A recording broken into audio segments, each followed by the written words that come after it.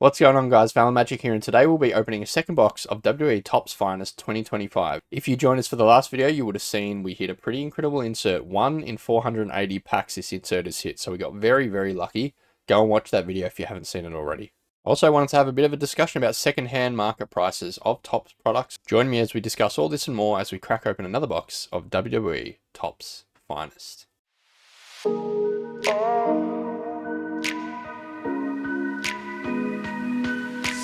Alright guys, here we are, another box of WWE Topps Finest 2025. You'll notice we've got a slightly different setup today. We're going to see how this all works out, and then I'd love to know in the comments whether you prefer this view or the view that we've been using for my past videos on the channel. But let's go ahead and crack this second box of Topps Finest 2025. Now, I know for sure this isn't going to live up to the first. I mean, we're not going to hit case hits every time we open a product, so I'm not going to get my hopes up too much, but I did really enjoy the first rip, and we'll get into a few things I want to talk about in today's video as well as we open up the box here and have a look at our 6 packs of Topps Finest 2025. But yeah, there's a few things I wanted to talk about in this video around Topps Finest, and I suppose the second-hand market of WWE cards, and also whether there's really anything Topps can do about it. And this probably doesn't relate specifically to Topps WWE cards. It you know, Disney cards, Disney Chrome was retailing for extraordinary amounts as well, and the quality control on that product wasn't overly great at all times. So yeah, I'm keen to get your thoughts, but let's start with the packs. Let's give them a bit of a shuffle up. Some people have an opinion on where the autos always fall, so let's just mix them up and crack into pack number 1. I'm keen. First box was awesome. Let's see if second box can follow suit. So pack number 1, we start with a Jacob Batu base common, an Adam Pearce base common, Tavian Heights base common, and there is a Nikki Cross base common as well. Now, the next card will be potentially some color, so let's pull from the back. Little back 2 cards, it looks definitely be base. So we have a Trish Stratus and a Stone Cold Steve Austin base common card. Alright, let's see what we have in this pack. So first, we have a numbered to 199 on the purple checkerboard. Hey, that's a good one. That's Batista. Very nice hit there. Batista. This guy was huge back when I was, well, maybe just after I got into WWE, back when Evolution were huge. Randy Orton, Triple H, Ric Flair. What a great group that was. Dominant group in WWE for a long time. After that, we have a Showstoppers. Hulk Hogan. Wow. Rest in peace, of course, to Hulk Hogan. That's a good card to get there on the Showstoppers. It's hard to see there on the camera with the glare and that checkerboard pattern. But that's a nice showstopper to get right there. Hulk Hogan. Next, we have a Intimidators Sheamus. If you watched the last video, spoiler alert, we did get a signature for Sheamus. And we have a Randy Orton on the uncommon base behind that. So hey, that's a decent start. Pack 1, Nothing incredible. We'll move our base off to the side. Let's go ahead and start with pack 2. So, yeah, as I said, what are your thoughts on the secondhand market? I actually did buy a box off eBay today, which will be my 3rd box of Topps Finest. And that purchase was 560 Australian dollars. So it comes out to about $75 more than what I actually paid after shipping and fees from the EQL, from Topps Direct. So not too bad, but I've seen eBay, you know, asking for $150 more than that per box. What are your thoughts? Is there anything Topps can do about it? I mean, people are now buying Topps product not to open it, but just to sell on the secondhand market. Yeah, how do we feel about that? I think a lot of collectors of this product and a lot of people that really enjoy WWE, sports cards, Disney, aren't really getting to open it as much anymore because they're having to pay exorbitant prices secondhand to get their hands on it. Is there anything Topps can do? Let me know in the comments if you think there's much that can be done about that. So, start of the second pack, we have an uncommon here, Drew McIntyre. We have a common Iron Sheik, Charlie Dempsey. I've seen this guy sign a lot of cards in this product. Nothing against Charlie Dempsey, but hoping we hit his signature a little bit better than that in this box. We have an Otis base. Bradshaw back in his APA days. Okay. Oh, we have our first signature. Let's pull that off to the side here, and we'll get to that at the very end of this box. Behind the signature, we have a Liv Morgan on the uncommon base. And behind Liv, we have a die cut of Thea Hale. Not bad. Numbered to 99. See in the top left corner there, numbered to 99. Quite difficult to see on the die cuts. And then behind that, we have a couple of things in this box. We have a Showstoppers, this pack, Showstoppers Shawn Michaels. That's a nice one, the Heartbreak Kid. Behind Shawn Michaels, we have an upside down gold something. Rookie card to 20. And that's going to be Kendall Gray to 20. Wow. I wasn't expecting that. A rare rookie to 20 on the base rare design there with the gold. And actually, that's a really nice looking card. That is a really nice looking card. Alright, well, before we go ahead and sleeve those cards up, let's take a look at the first autograph of the box. It's going to be a Finest Moments Shinsuke Nakamura. Hey, I'm not unhappy about that. I really like Shinsuke Nakamura. I don't really like what WWE have been doing with him. I feel like he had so much momentum at one point and they just stripped it all away. And don't really do a whole lot with him at the moment. I hope that changes in the future.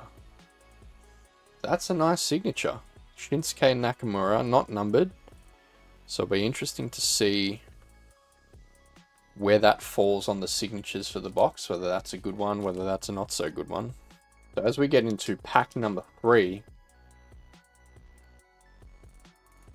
we have started not bad, not bad. Doesn't look like we've probably not started as well as the last box, admittedly, but not bad either. Let's bring a couple of those base cards to the front here. We have a Chris Sabin base. Bianca Belair. a Hale. Rikishi. We have a Tori Wilson. Stacy Keibler. Oh, is this...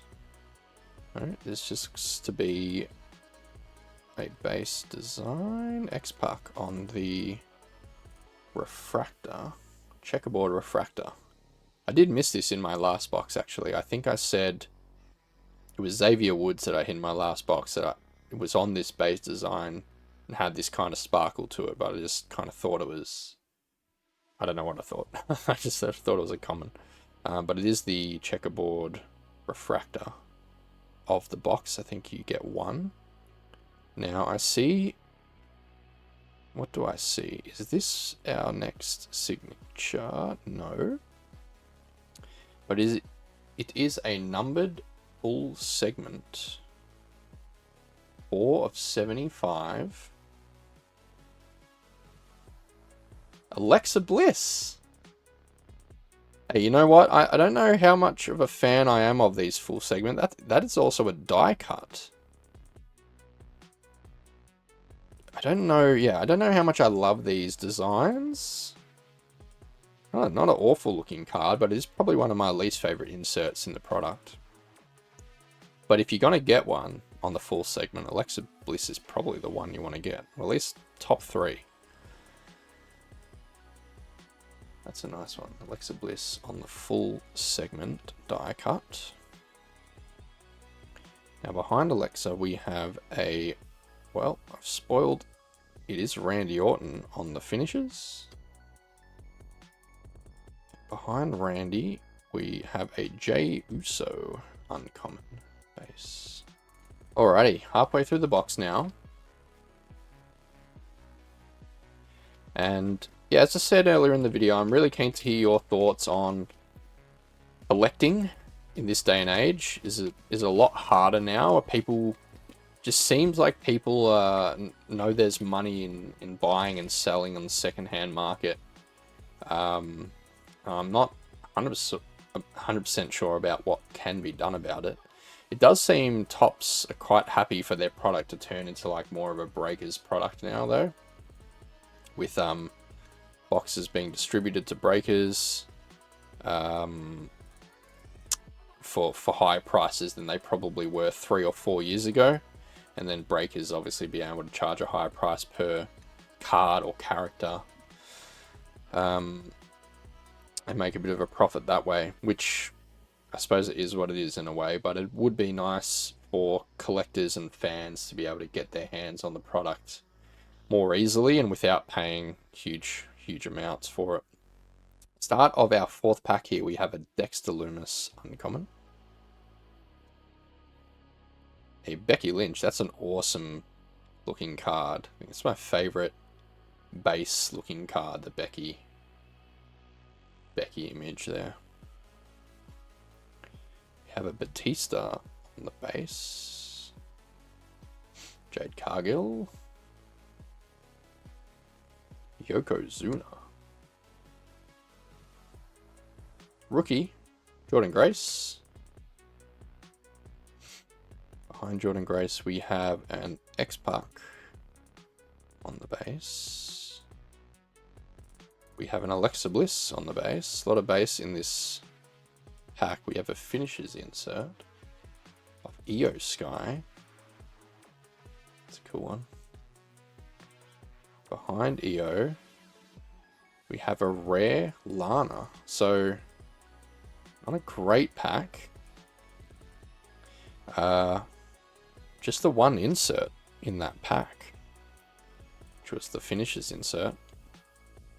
That was a quick one. Chuck that to the side, and we'll get started on pack number 5. So, still have one more signature to hit.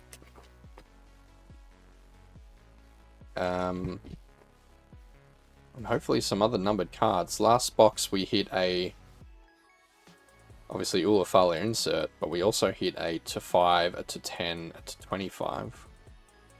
We did hit a 220 in this box, but that's, and a well, Alexa Bliss to 75, I suppose is pretty good too. We have a little bit of color in this pack, but we have a Omos on the uncommon. Chelsea green. AJ Styles. Rhea Ripley on the base. Have a Braun Breaker. Ilya Dragunov. And are we getting... Ooh.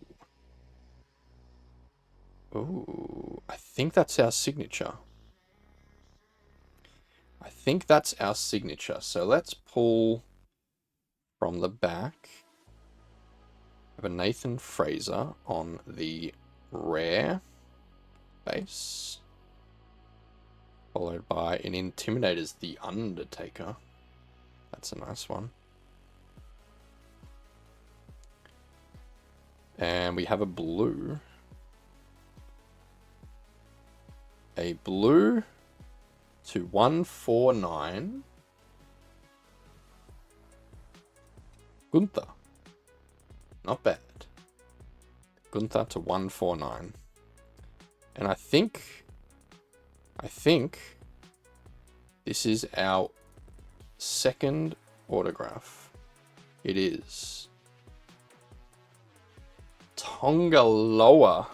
Tongaloa to 25. On card Tongaloa auto. I mean, the 25 is nice. But we haven't hit massive on the superstar. Let's be honest. The Tongaloa to 25. Alrighty, I'll go ahead and sleeve up this Undertaker and the Gunther. Now I think it's safe to say we need a little bit of help with this last pack. This box definitely hasn't been at the level of box number 1, but we expected that. We can't hit case hit every box. So let's see what we end up with in the final pack of the box. Pull the back 3 cards to the front. We have Shayna Baszler on the uncommon. Kevin Nash on the common base. Charlotte Flair on the common base. Kevin Naomi on the common base. Booker T on the common base. And a Gunther. Also on the base we have Bret the Hitman Hart, also a base card. Triple H.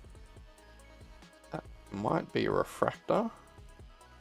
But it doesn't look like we're going to hit anything major in this last... No, that's just a common base card. We got a Hulk Hogan Showstoppers. Oh, and we do have an upside down card for this last card. So can this rescue? It's to 50. Hey, it's to 50. Can this potentially help us out? Yeah, look, it's not bad. Lyra Valkyria. Lyra Valkyria to 50. I quite like Lyra. I don't know how popular she is in terms of a collector perspective. But that is a common to 50 Lyra Valkyria to complete the box. So I'll go ahead and sleeve these last hits up and we'll get to a bit of a recap of the box. Alrighty, so let's go through a recap of our box. I just want to include this Triple H. I did say when I pulled it, it was just a standard common.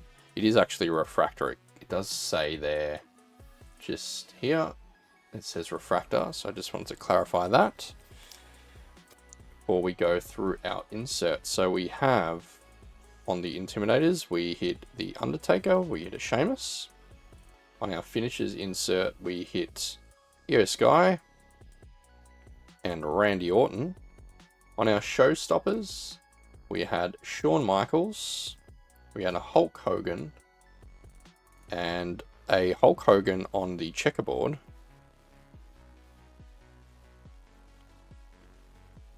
Now, going into our numbered cards, we hit a Batista to 199. quite good. A Gunther to 149. Quite like Gunther. We hit a Thea Hale to 99. See, part of the NXT, you can see up there. To 99 die cut. A Lyra Valkyria we hit in the last pack to 50. Just on the common numbered card there.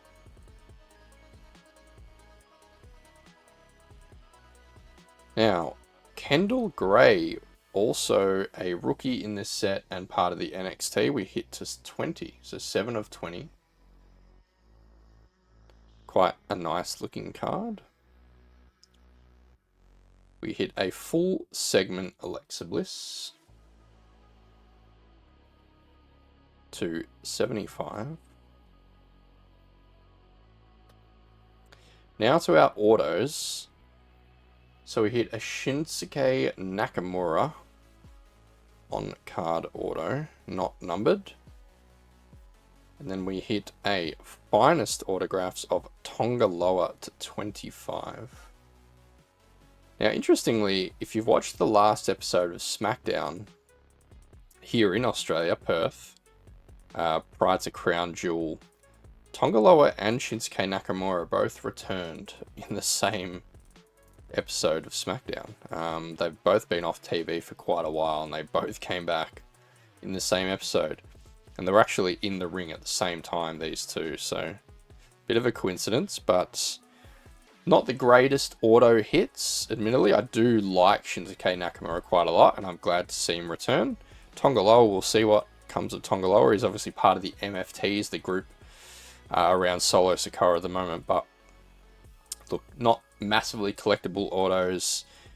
Not a incredible box in terms of numbered hits. Last box we had better numbers on better superstars, if we're going to be completely honest, but it's probably a good look at what maybe a more standard box might look like when you're not hitting those case hits, the really good numbered cards, your one of ones. This is probably a more accurate representation of what the majority of the boxes of this product are going to look like. I do have a third box coming, and I will open it on the channel. And that will likely be the last box I open of this set until the next set of WWE.